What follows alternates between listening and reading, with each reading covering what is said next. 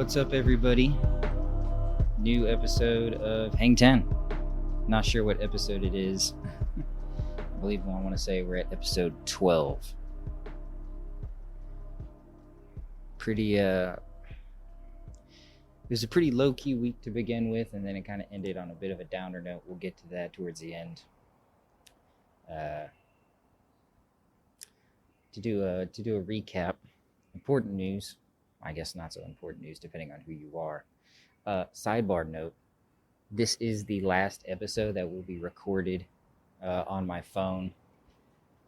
If you're in the know, then you know that I've had some laptop issues. That's currently being repaired. Should be back on Monday, so apologies for the sound quality. It is what it is. If you fuck with it, cool. If not, then fuck off. John Jones vacated the light heavyweight title this week, opening up a giant gap in the light heavyweight division. As a result, in the coming weeks, Dominic Reyes and Jan Blachowicz will fight for the light heavyweight title.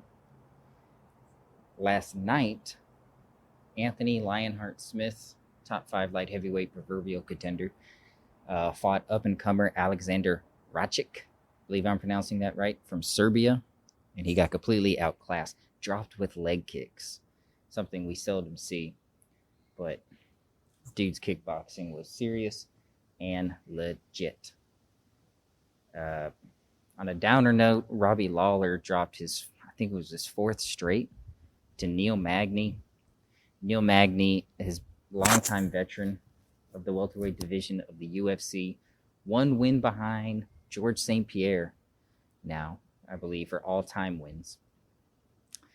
Insane cardio, looked very strong in the clinch, nasty knees, and pretty solid top control too. Pretty much controlled Robbie Lawler for the entire fight. I think Robbie Lawler only got off like 21 significant strikes. Insane. Where Neil Magny goes from here, I don't know, maybe a fight against Michael Chiesa. Robbie Lawler, unfortunately, probably drops out of the rankings now. Maybe a fight with Mike Perry makes sense. Jeff Neal. That'd be fun. Also, moving on, 2 quick notes. Today is Sunday. Sunday is the day I record these. Monday is the day it's released. If you're not watching Lovecraft Country on HBO, then you are depriving yourself of some of the most excellent television I've ever seen. That's your first side note. Second side note is a direct address to the University of Hawaii. I understand times are tough, but single-ply toilet paper? Seriously? You assholes. Have some consideration for our assholes. Double ply. Please. Moving onward, probably was the news of the week, unfortunately. We'll start with the Republican convention. The Republican convention happened this week, the back half, Wednesday through Thursday or Friday. Hard to keep track of these things when it's legitimately the same message over and over again. I came away watching the Republican convention very concerned and nervous. One, the production value was far better than the Democratic National Convention. Far better. Way more streamlined, just way more clear. Also, the message was clear. And to be clear, I am in no way, shape, or form a Republican. Absolutely not. But, you got to watch these things. You got to know how the opposite team is playing. You got to do your tape work.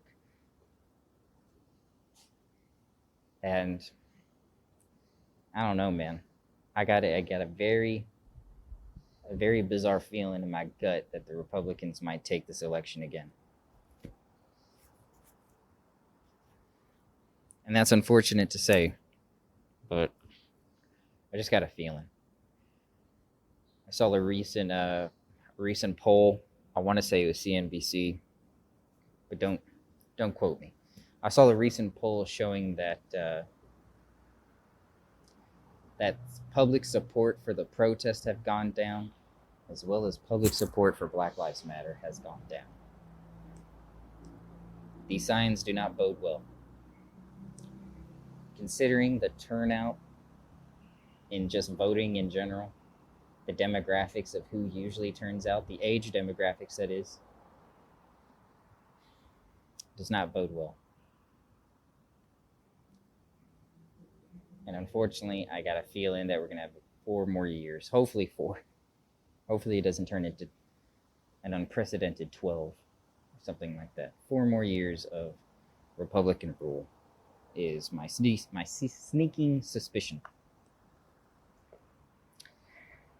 And I don't want to harp on it too much because, Jesus Christ, I don't want to get depressed on a beautiful Sunday with these trade winds blowing in, giving some cool comfort. Final bit of news is, I'm sure everyone is aware, unless you've been living under a rock, Chadwick Bozeman, also commonly known as, T'Challa, King T'Challa, Black Panther, son of T'Chaka, passed away on Friday at the age of 43 due to colon cancer. I'm not gonna get into the ending, because I don't truly believe it is the ending for Chadwick Bozeman.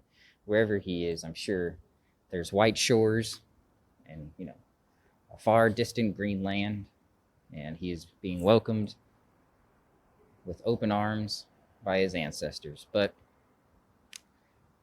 just to focus on his filmography, it's an outstanding one. The first picture that I saw Chadwick Bozeman in was a film that's not really well known. It was called The Express, and it focused on a running back for the Cleveland Browns.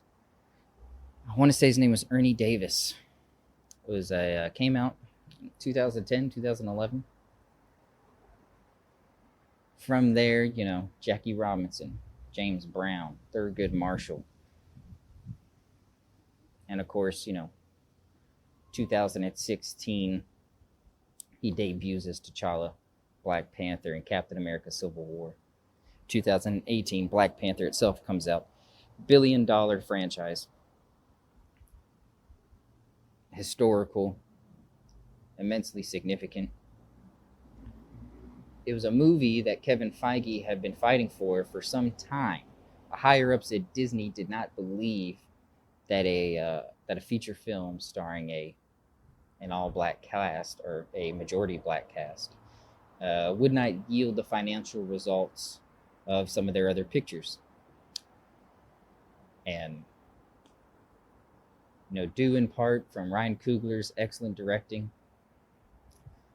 but mainly, and this is just my personal opinion, mainly the casting of Chadwick Bozeman as T'Challa really drove that film to have the success that it did. He completely embodied the character of T'Challa. His sense of regalness, his coolness, calmness, collectiveness, a responsibility, accountability, self-sacrifice. These are all the attributes that we direct, to King T'Challa, Black Panther. And I think it worked so well because all of those attributes were inherently in Chadwick Bozeman.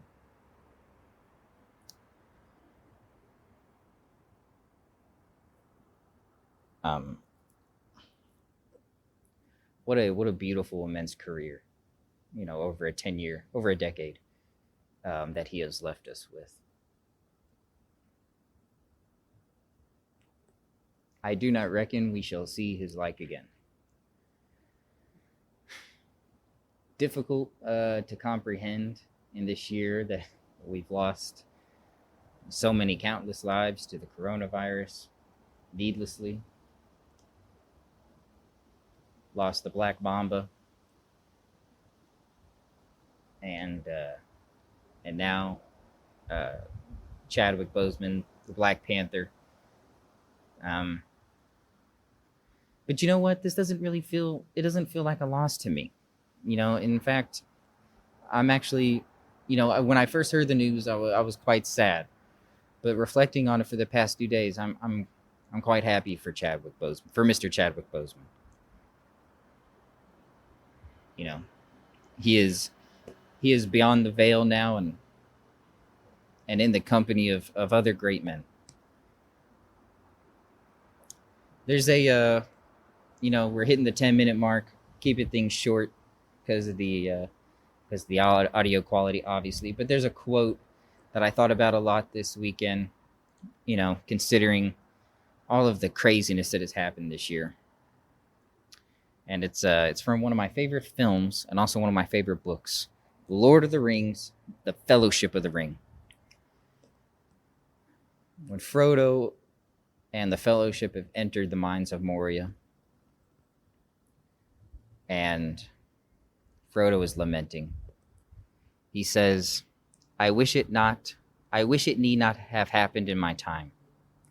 And he's speaking in reference, to the ring, to this impending doom. And Gandalf replies quite profoundly and quite timely, so do I, and so do all who live to see such times. But that is not for them to decide. All we have to decide is what to do with the time that is given us.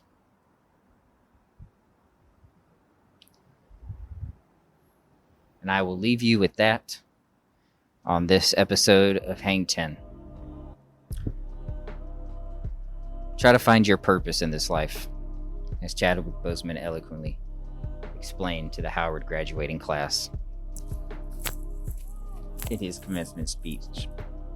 Find your purpose, and happiness will follow. Thank you all. God bless, and I shall see you in a week.